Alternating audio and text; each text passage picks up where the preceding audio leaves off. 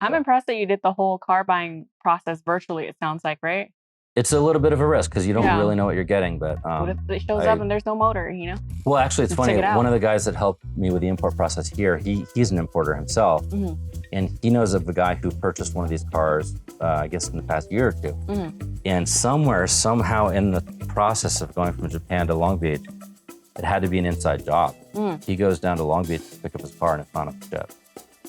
It's gone. He's got a bill of lading from the shipper that it left Japan. Yeah.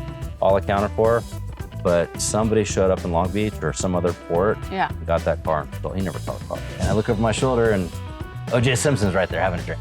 Oh, really? And I went, we're good. I was kind of like, nice to see you. Yeah. It's just funny. I think anyone coming into finance business, if they're not an extrovert or they can't learn to become one, don't even try. Yeah. You need to get out there and meet people. Hey everyone, welcome to the Fit and Frugal podcast. I am your host, Tani Nguyen. You can find me on IG at TaniSaurus. Today I'm here with my friend Bryon, who's going to tell you what he does because I'm going to butcher it. No problem. Thanks, Tani, for having me. It was a pleasure meeting you here recently at the Sterling Club, Las Vegas. Really excited to be here, so thank you. And I'm Bryon Kibildis. Been here in Vegas now just since August. I moved from California. I escaped, as I like to say. My firm, Pacific Advisors, has been positioned up and down the West Coast. We've got probably 250 advisors. We focus on helping closely held business owners or people that have highly appreciated real estate sell out of those businesses or those real estate in a tax efficient, meaningful way.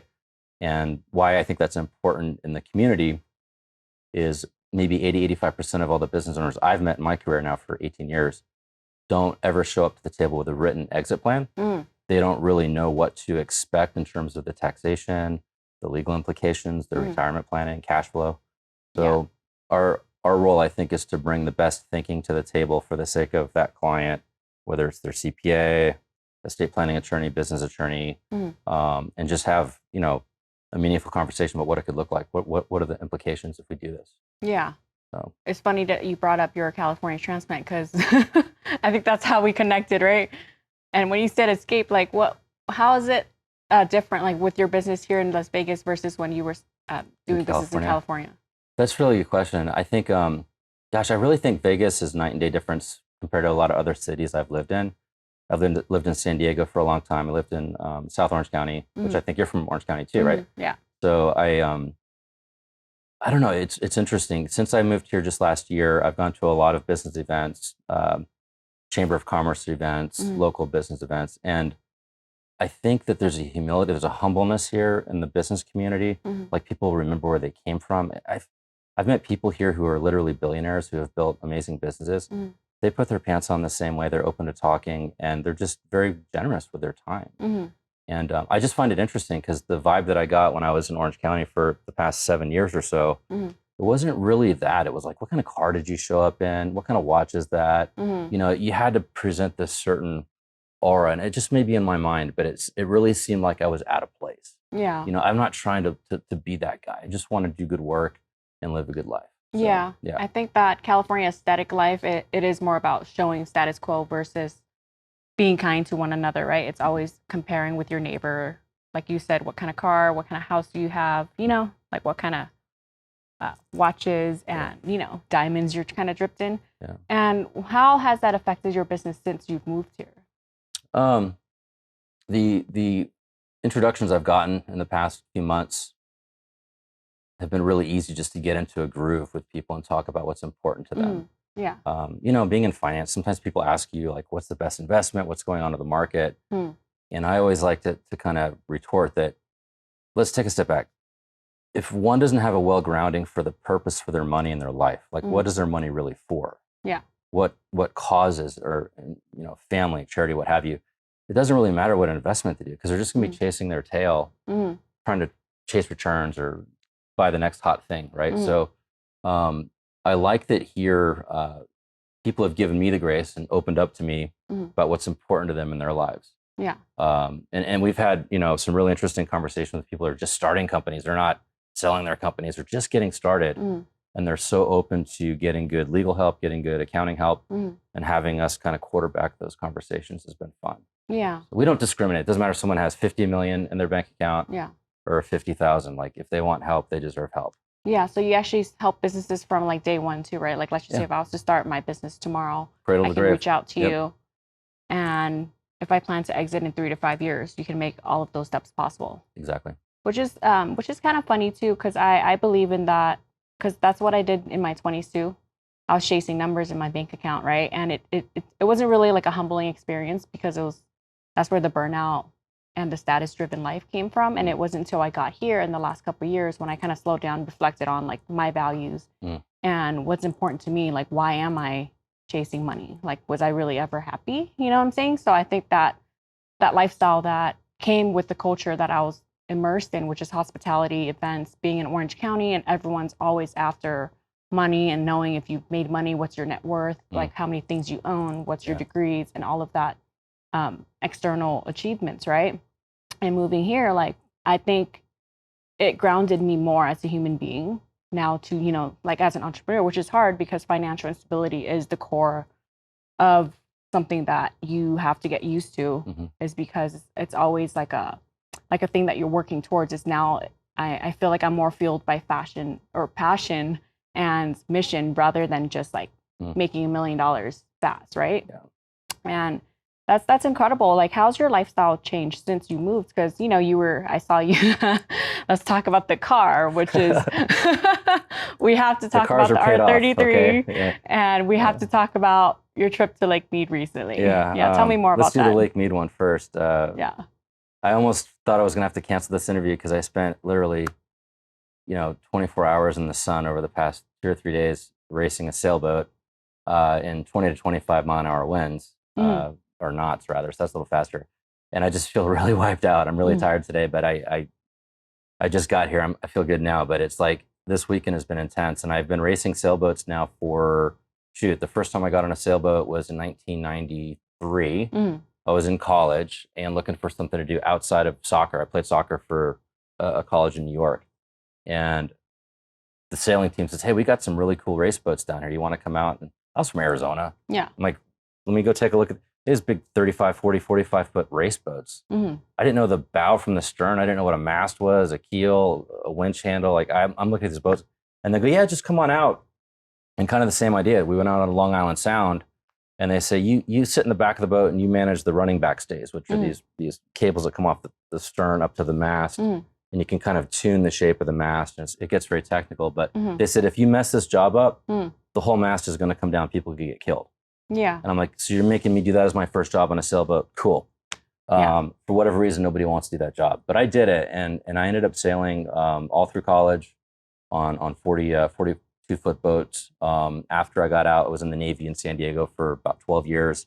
I was with a bomb disposal unit. So I used to go down and disarm ordnance, either on land or under the water, bottom moored mines, mines that could be placed on ships. Our job was to disrupt, neutralize, and remove those devices off of Navy ships. And holy shit. Holy ship, right? It was, there's a lot of pucker factor in that. But when I moved to San Diego, I met one of the Navy captains there, and he had a little sport boat. Yeah. So I instantly got immersed in the San Diego racing lifestyle. And over the years, I just got better at sailing. And I get calls, I get emails from owners up and down the California coast, like, hey, I've got a big race coming up. Can you come out and help me race? And so one of the boats I've been racing on now for the past probably 4 or 5 years, it's a very fast boat. It's a 44-foot, all carbon fiber, tricked out boat. It lives in Oceanside Harbor. The owner is actually taking it for the first time across the Pacific for a big race at the end of June. Yeah. Called the Trans-Pac, Trans-Pacific race. And so I'm on that crew now. We'll have 7 of us, and we'll leave LA Harbor, or not Harbor, just south of, I forgot the name of the point. There's a point at the bottom of Palo Verde's mountain there. Anyway, that's the start. And then it's 2,200 miles to Honolulu. And there's going to be about 60 boats in this race. So this is going to be fun. This is like bucket list material. Yeah. Never done a race this big.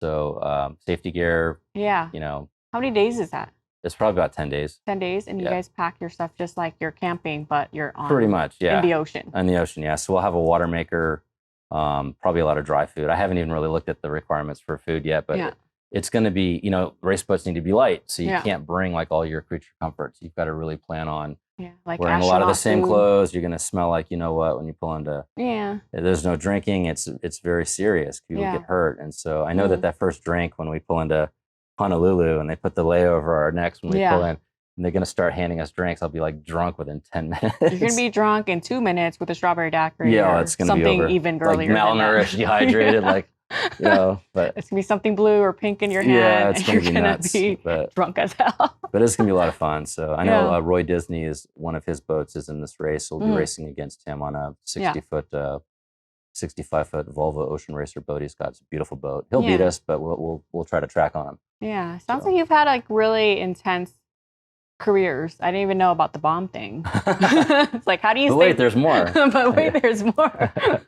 How do you stay balanced with that kind of like career? That's a good question. In all honesty, I think one of the things that's helped me kind of develop my passions and really go after them is I'm not married. I don't have kids, right? And nothing wrong with that. I just found myself after my divorce and trying to have kids for 6 years and it never happening. I got to a point in my life where I'm like, do I really need or want to take that on right now? In all honesty, maybe I might adopt someday. I don't know if I, would want to have kids newly at this point, but it's been pretty exciting to just focus on business and then get out and do these crazy trips on sailboats and car shows and racing events and stuff. It's been awesome. Yeah, because if you were to have a kid now, I don't think that R33 would be parked right there. It'd have a baby seat in the back. Like, I don't know how you're going to take your kid around in that car because it's a pretty tiny car. It's interesting, yeah. What was the deciding factor behind that purchase? Is that something that's been on your list for a while? Yeah, when I visited Japan for the first time in 1993, I saw a Acura NSX when it very first came out. Like, it was 2 years old at that point. And I had this epiphany, like, Japan makes some really cool cars and they kind of keep them from us. They don't really export everything. And I hadn't even seen an NSX in the US yet. And I subsequently went back to do some scuba diving in Southeast Asia. And I was coming back through Tokyo and I had a 3-day layover. And I discovered, R32, R33, and the brand new R34 Skyline. That year was like 1998 when I did this trip. And I just said to myself, my God. Yeah. Someday, somehow, I want to drive this car. And it was sad because I was actually going to rent one when I was there. I was like so excited to do it, but I got ill from something I ate in Singapore. So I was like stuck in the hotel for 3 days. I couldn't go anywhere.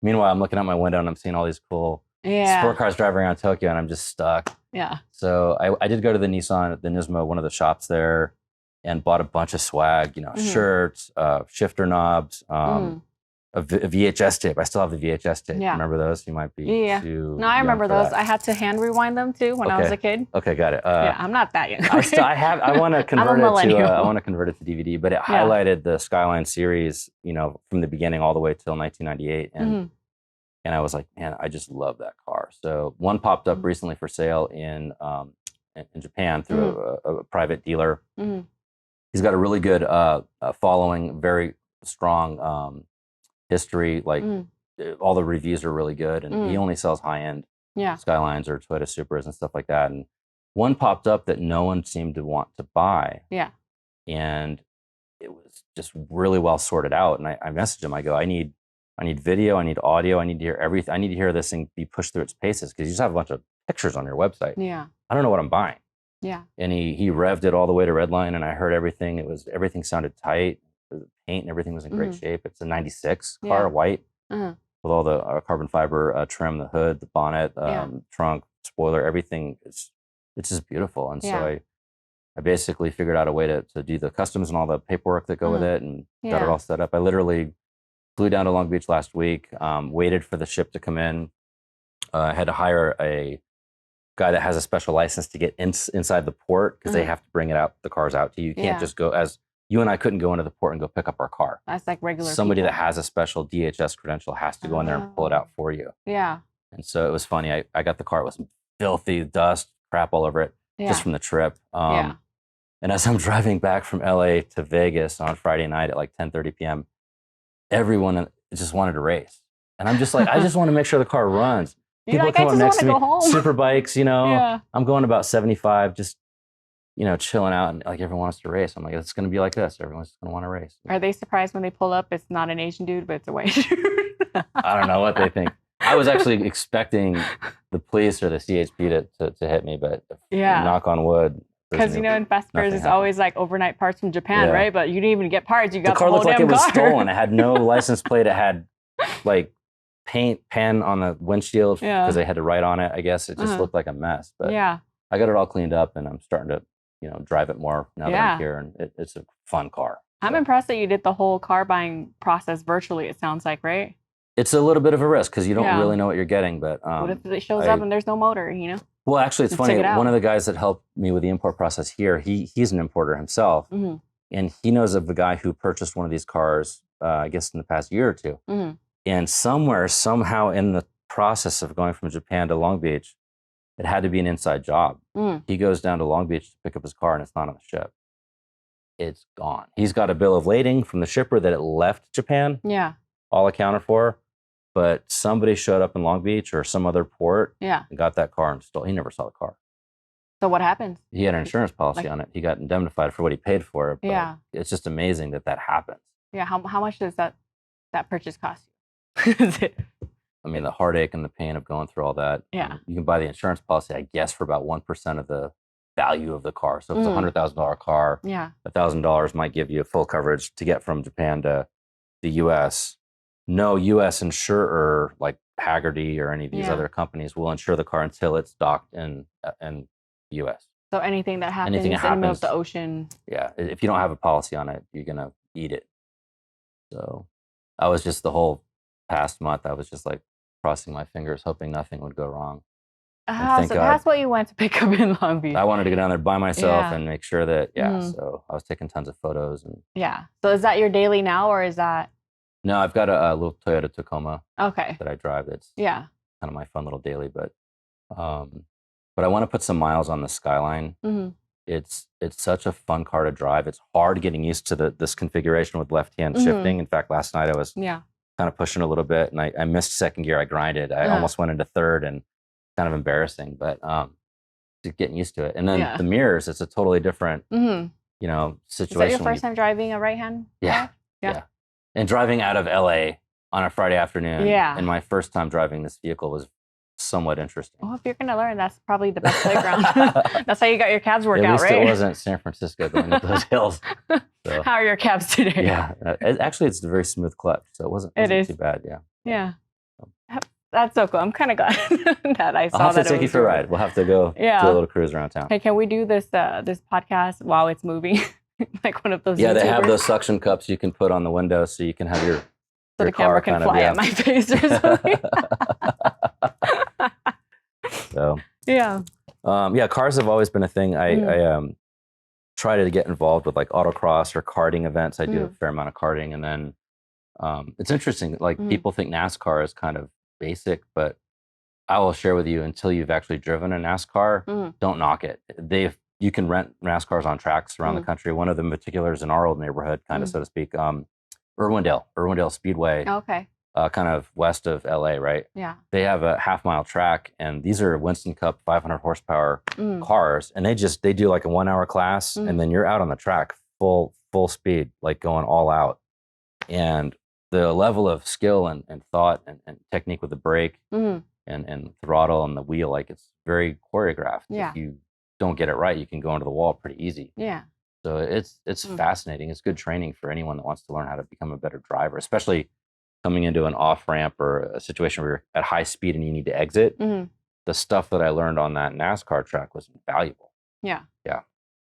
So I'm just going to keep driving my hybrid past 100, and that's as fast as I'm going to go. Your hybrid's probably pretty quick, right? Electric, it just gets up and goes. Yeah. It's decent. It gets places when I need to be. That's good. So I know that you manage a lot of like accounts that are, I would say, like high net worth individuals, right? Like of those, do you see a lot of their assets being collectibles, like these types of cars, or how are they spending their money in that area? That's a good question. Most of these business owners, high net worth that I bump into, are married, they have family. And what I notice a lot of them do is they're trying to create experiences for their kids and their wife, their husband, what have you. They do trips, maybe not a bunch a year, but they try to do 1, 2, 3 week where they just check out from the business. They got their executives managing it. and they just go. And they built a level of autonomy in their business. They can do that. Yeah. Solo entrepreneur may not be able to really do that initially, but it's funny. I don't have a lot of clients who like buy really expensive things. They've been very frugal. Yeah. To kind of credit your name of your program here. Yeah. There's a few of them that have bought boats. I kind of chuckle because I realized a lot of times people with money buy boats, but they don't really know how to manage them. They don't know how to drive a boat. They don't know how to drive them. They probably have a guy that drives a boat, right? Yeah. Yeah. I could teach them. I'll charge them a fee for that. But that could be a business. Totally could be another business. So yeah. But no, it's great, and to look into their world and see what they're concerned about. They're worried about taxation. They're worried about what's going to happen with the next administration. I like to just kind of remind them that, like, it doesn't really matter who's in the White House, the Congress. They write the laws. There's always going to be some bonehead rule or law that comes out that's going to impact your business. For instance, one of my wealthiest clients, in terms of revenue from his company, just 2 years ago, right after this new administration took over, one of his biggest clients was XL Pipeline, Keystone Pipeline, oil transportation. He was a construction guy that would work on all those pipelines. It was a big business for him. Yeah. And when all that shut down, everything changed. So the past few years, he's been retooling his business, trying to figure out how to create smaller contracts, more opportunities, and they're more transactional, but he's just trying to keep his company going. It's very difficult. So, I always say, whatever you're doing with your money or your business, create flexibility and optionality. So when things change, you can pivot easy. You don't want to be locked into one single strategy and have nowhere to go if everything changes. I've been hearing a lot about oil too, especially that it kind of like integrates with a little bit of commercial real estate too. So I've been seeing those kind of pop up everywhere. I don't really know much about it. So I don't really know if it's like a profitable business, just because it has such a bad reputation to it. It's that, like, you drill and all of these guys that we meet at conferences from Texas, right? They're like, oh, we're in the oil industry, but I don't really understand it, right?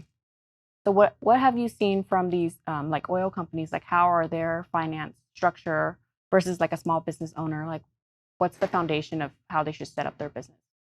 That's a good question. I can speak to another, but wait, there's more. Before I came into this business, I actually operated as a third officer on big, huge oil tankers. Okay, like for Arco or Phillips Petroleum. I was driving 1,000-foot ships across the Pacific, bringing 2 million barrels of crude oil into a port like Long Beach. And at that level, I never got to see the books. I never got to see what the company, I just knew they were making a lot of money. Yeah. I just saw it from the regulatory perspective of how difficult it is, how hard we work with 22 people on a 1,000-foot ship to keep all the oil in the tanks, because things break, pumps break, pipelines crack. You're on a ship that's going through the ocean that's twisting and bending as it's going through the ocean. Yeah.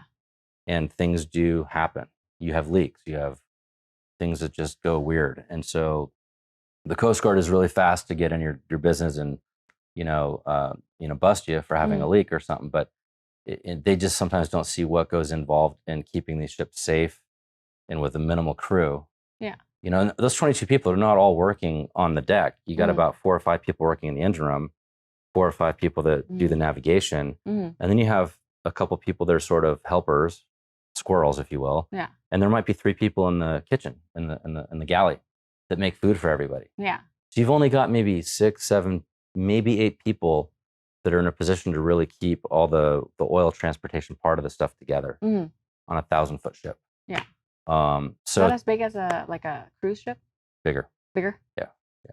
Cruise ship is all I've been on. So cruise ships they look big because they have a high center of gravity and they're almost all out of water. Yeah. Right. But a oil tanker, when it's loaded, is like, deeper in? It might be like from the floor to the ceiling here, maybe like 10 or 12 feet. That's all the ship that's out of water. 65 feet is underwater. Oh. And it's full of oil. So it's just an interesting business. I don't know where it's all going. I believe that, we're going to need oil for a long time, but I'm also a proponent of clean energy. Yeah. I think we need to have all of it, but that's just my opinion. Yeah. I can't really speak on the business side for these oil companies, except they do make a lot of money. There's a lot of lobbying, as you can imagine. Yeah. I have a friend here in Vegas who I met who is an oil import-export guy for one of the kings in the Middle East, United Arab Emirates. Oh, wow. And he manages the import export of the oil for that part of the world, and it's a very profitable business for him. Yeah. So it sounds like you've been through a lot of different ventures as well, like in your own personal career, right? Yeah. Like, do you think anything has changed when, like, looking at finances, since you were doing bombs, not doing bombs, from your bomb days to your oil day to now, where you're at? Like, has anything changed, or how have you grown? Yeah, that's a good question. I would share this interesting thought. I came into the business for the wrong reasons, I think. I stayed in the business for the right reasons. I came into it because I saw friends and people making a ton of money. And kind of like you're talking about living in the California lifestyle, I was trying to prove that I could make it. And once I realized that I don't need to prove anything to anybody, I've gone through all this training. I have these designations behind my name, experience. What am I trying to prove? Just be of service to people. If they're not a good fit, they're not a good fit, move on. But I think one thing that's really changed that I've noticed since I started in like 2005 is when I formally got licensed. Products have become more complex, whether they're investment products or insurance products. The way the market has messaged them or marketed them has confused the public now more than ever. So I think it's important for advisors in our field to, before showing up with a proposed solution to someone's financial issues with products and illustrations, and really take time to uncover what's really going on for that client and educate them. What's the evolution of like a life insurance policy? What's happened over the past 200 years? How did we get to where we're at today? Yeah. And what are these companies doing with clients' money? Investment companies, same thing. Like we need to know how they're managed. What's their investment philosophy? Right. So, and oftentimes I'll find clients who they're in a particular product. They don't know how it works. They haven't had the education or time with the advisor to really understand it. And then they try to get out of it and they're stuck. Yeah. It's tough sometimes. Sometimes I have to show up and fix things. Right. So, but education's key. Markets changing, regulations changing. And I think advisors just need to slow down and talk with the public and really get a sense of how do they think about money? Why is it important to them? What's their legacy with it? What are they really trying to produce in this lifetime? And only when that's clear can we think about meaningful solutions to money problems. Yeah, because when you said like it confuses the public whether or not they're marketing their products in a certain way, like what do you think they're trying to tap into, like the psychology of money and understanding the consumer side of how people want their money, right? Like, what do you think they're promising? Is it financial independence? Is it financial freedom? Because I know those words are used interchangeably too. Yeah. Because that's pretty popular in the last decade or so. Like, I think that's what it all ultimately goes to. And there's auto companies, beautifully wonderful auto companies who've had messaging over the past 20 years like, you deserve this. Well, somebody, making $28,000 a year, trying to pay off student loans, just struggling to pay the rent, maybe they don't deserve a $140,000 BMW right now. But that's kind of the messaging that goes out there. And I think it's tough. People don't know what to really listen to. We like to say worry in order. So like initially, before what's really at stake or what's available to you, let's look at your whole financial world. Let's have a balance sheet or an MRI, if you will, and see where everything's at and stress test it. Where are the threats you face? Do you have credit cards you need to pay off? Is there student loans that are going to reset? Or is there a sunset provision on your mortgage where you're going to have a higher rate now? Like we need to know all these things as they're going to show up. And then once we have that mapped out, it's easy to kind of help the client see, how did we get here? Is this what you envisioned? Where do you really want to go? And sometimes there's no new products needed. It's just a conversation. It's about being more efficient with savings. Sometimes they need products, right? Yeah. I try to charge fees more often than not, because sometimes people aren't looking for a product necessarily, but they want an engagement or a partnership with somewhere where they can just have like a subscription fee. I'll pay you so much per month. You guide me, you be with me. We have quarterly meetings or monthly meetings. We'll take a look at everything. And as we go through time, it's just, I'm like on a retainer, if you will. If they want to cancel it, that's fine. But at least we've got this connection. And it seems to be a really good model for a lot of people, because we have to operate from what we call the fiduciary standard to help people. We can't be just showing up on, yeah, here's your investment, here's your insurance, you need to buy this. No, it's much more mapped out, thought out, consultative. Yeah. So, the question you had before about how has it changed or what's the messaging? I think there's two things that people promise out there in the space. And can they do it? Usually, yeah. But I think it's so heavy. It gives people false expectations, if you will, or high hopes.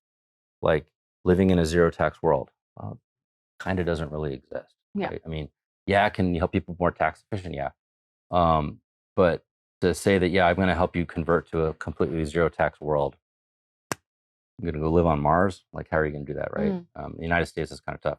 Or rate of return. It becomes a question about rate of return, like points in a scoreboard. And I like to think of it not as points in the scoreboard or how many zeros do you have in your bank account. It's how much predictable, meaningful cash flow can you produce off your strategy to therefore go on those family trips, do those charitable things you want to do. Like, it's about cash flow. People live in cash flow. They don't live in numbers, right? Yeah. Have you ever met somebody who got a social security check and sent it back to the government and says, I really don't need it this month? I'm still waiting. Yeah. That's another topic we should talk about. People want cash flow. We call it mailbox money. Yep. And if the planning doesn't address that, I don't think it's planning. I think they just got sold, a shiny thing. Yeah. So hope that answered your question. Yeah, I think that's the glossy American dream that people are sold, and it's a little underrated too. How little financial education there is out there before people start investing. It's just like the 5, I think, pillars that I kind of manage my world around. It's like how you earn, how you save, how you consume, how you spend, and then how you grow it, right? And then lately, in the last couple of years, what I've been learning, talking to people like yourself, is how to protect your money, because I wasn't really about asset protection. I was more about making money, spending accumulating, money. right? Yeah. Like, I was like, I need to make more money. And then I got into growing my money. And then once I grew my monny, I'm like, okay, what do I do with it? How do I protect my money? You became a target, right? A big target on your back. Yeah. And then the IRS. Why are these people so nice to me now? Yeah. Like, why am I still paying so much more in taxes? What's happening? I want to be as invisible as possible, right? Because that's ultimately the dream. Right. It's like, how do you tell the bank you make enough money so that you can acquire assets, but how do you tell the IRS you make zero money so you don't pay any taxes? That's the fine line. Right? Yeah. That's the stress test of how I'm living my life. Yeah. It's like, how do you plan for tax strategies like that? Is there like a package that you can offer? We can talk offline. We can talk offline. Thank you, Bryon. This is supposed to be a general production, not specific advice. Not my serious life issue. You'll get me in trouble if we start talking about specifics. Yeah, no, that's really funny that you brought that up too. Like, coming from California, what was your, I guess, that light bulb moment of saying, I need to get out of here? Gosh, that's such a good one. I should have I typed up a list of 10 reasons to leave California for me. No way. And I know, 3 or 4 of them off the top of my head, but the one that really stuck out to me didn't happen until after. I don't know if this happened to you, but after I moved here and I started meeting business people like you and other people in finance and real estate and whatnot. And when I found out how easy it was to connect in the city and how much fun and vibe is here in the business community, it dawned on me like 2 or 3 months after I came here, like I wasn't really experiencing that kind of vibe in SoCal. I mean, I have good clients there, I have good connections, but here it's just popping. It's like popcorn. There's these events going on almost every week. And I just love getting out and meeting people. Yeah. I think anyone coming into finance business, if they're not an extrovert or they can't learn to become one, don't even try. You need to get out there and meet people. So it's been eye-opening. This whole vibe here has been something else. And I'll share a funny little story. And I didn't go there. I didn't talk to the gentleman, but it was funny. I was at a little lounge in Summerlin, like first week I moved here last fall. And I'm having my favorite drink, my Moscow Mule, there at the bar, and just hanging out. And I look over my shoulder, and O.J. Simpson's right there having a drink. Oh, really? And I went, "We're good." I was kind of like, "Nice to see you." It's just funny. Like, are you guys friends now? Is that one of your clients No, now? I didn't talk to. I didn't know what to say. What? I was kind of starstruck, but I was kind of like, you know what? I think I'm good. So no, it's funny who you bump into in the city. Yeah. So it's funny that you said that, because I think I noticed the same thing too here, is that the bubble is kind of real, because there it's like, unless you're drinking or you're going to happy hour, you're going to specific networking events, you don't really make any friends. Here it's like, if someone's aware of what you do or something, and if you pass a vibe check, they're like, oh, I'd love to introduce you to this person, and they automatically connect you while you're not even there. That's a really good point. Yeah. The spirit of giving here is pretty strong. Like everyone's a go-giver here. Yep. Everyone's opportunistic. And if they know this is what you need help with in your business, like I've been pointed and, You've gotten good help. Yeah, we wouldn't be sitting here if you didn't get good help along the way. Your team here, everyone I've met, like, I'm pretty clear that you didn't try to be the Lone Ranger doing all this. You've been getting good help. And that's what I suffered with is the solopreneurship in California, because I was doing everything by myself. I was struggling by myself, like everything, like every failure, every setback, it was me, me, and me. Mm-hmm. When I looked at the common denominator, I'm like, okay, I got to fix something. And it was me, right? It's not being abundant to like receiving help and like opening up, to just asking for help in general, because I just didn't feel like California was very receptive to that kind of energy, is because they're all about like, you got to work hard, the hustle, the grind culture, but no one wants to help you. Like they actually probably like it that we were failing and struggling a little bit, because that probably makes them feel a little bit better, right? I think my experience of Orange County, and it's a beautiful spot, don't get me wrong, I love it there, but I think we had a similar interpretation of trying to do business in that environment. Yeah. And I've met some great people down there. I'm still good friends with a lot of people down there, other business people. But it's funny, one of my best friends from Orange County, his business is in Newport Beach. Like 2 months after I moved here, he came up to visit and he just moved here. He's right down the street from me. Yeah. So he still has his company. Yeah. But he's just like, yeah, I'm out. This is great. Yeah, he moved the taxes out of California, right? Well, his company is domiciled in Vegas, so everything stays here. But he's a neat guy. So I'm drawing more people in from my world. Good. So, okay. Yeah. I'm sorry if anyone's from Vegas watching this pissed off about all the Californians. Sorry. No, I have a lot of transplants on the podcast because I love the lifestyle here. I love what we're able to build and connect through here. Yeah. It's not even just like the pains and the growing pains or whatever, but it's because everyone still has the same vision of what they want to achieve here. And there's a lot of philanthropy that's available here. There's a lot of like willingness to just share. The community here, like in the last year that I've been in real estate, changed my life. You know what I'm saying? I've met like the greatest people. I've like really just attracted to the right kind of frequency. All the conversations I've had, it's just about helping each other grow their business and more of like a human level too. Yeah. It just made me better as a human being.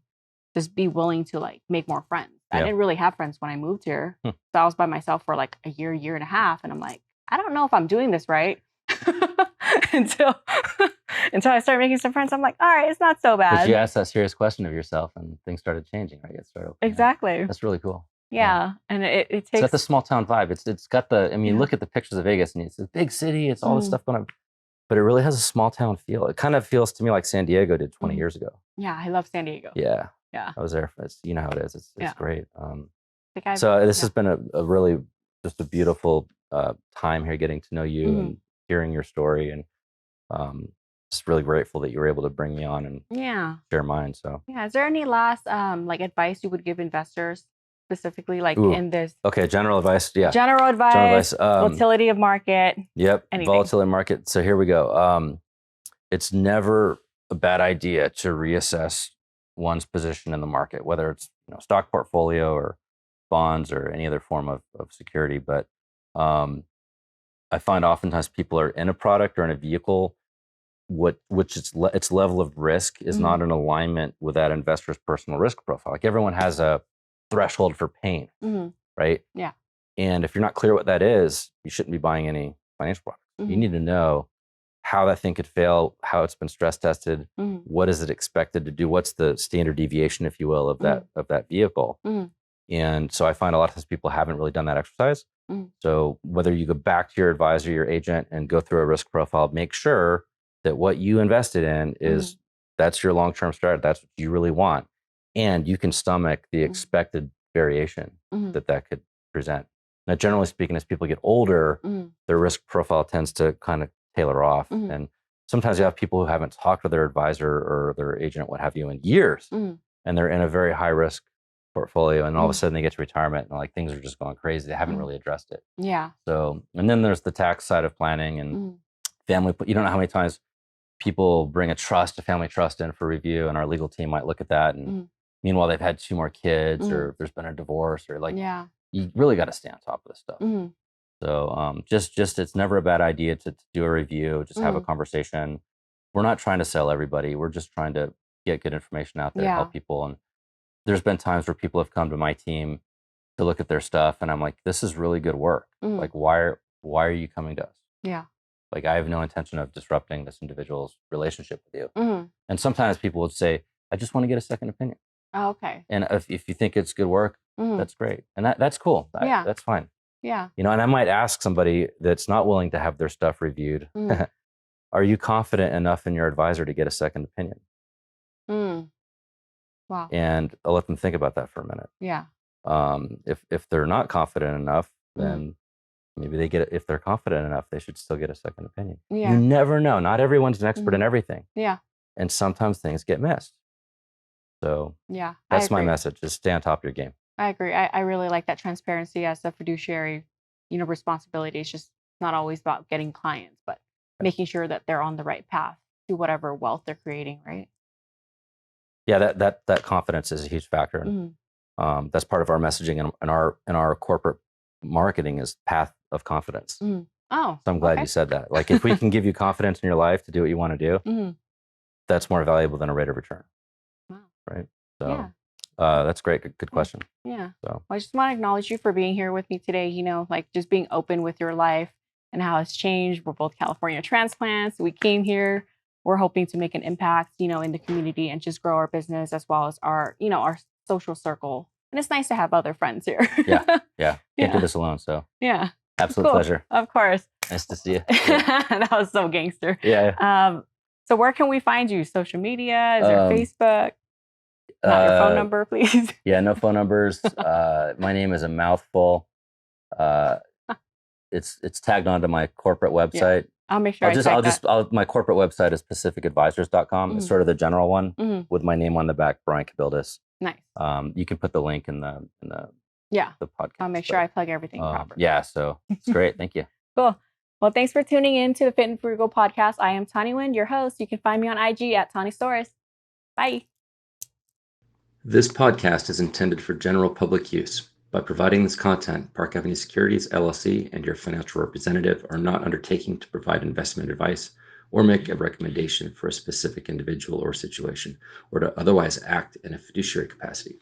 Fit and Frugal, LLC, is not affiliated with or endorsed by Park Avenue, Guardian, or Pacific Advisors, and opinions stated are their own. Bryon is a registered representative and financial advisor of Park Avenue Securities, LLC, OSJ 333 North Indian Hill Boulevard, Claremont, California 91711. Securities, products, and advisory services offered through Park Avenue Securities, member FINRA SIPC, financial representative of the Guardian Life Insurance Company of America, New York, New York. Park Avenue Securities is a wholly owned subsidiary of Guardian. Pacific Advisors is not an affiliate or subsidiary of Park Avenue or Guardian.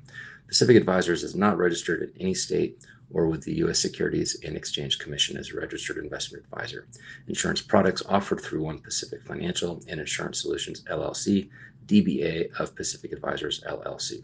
Pacific Advisors, LLC is not registered in any state or with the U.S. Securities and Exchange Commission as a registered investment advisor. California Insurance License Number OEO 1825 2023 155247, expiry 525.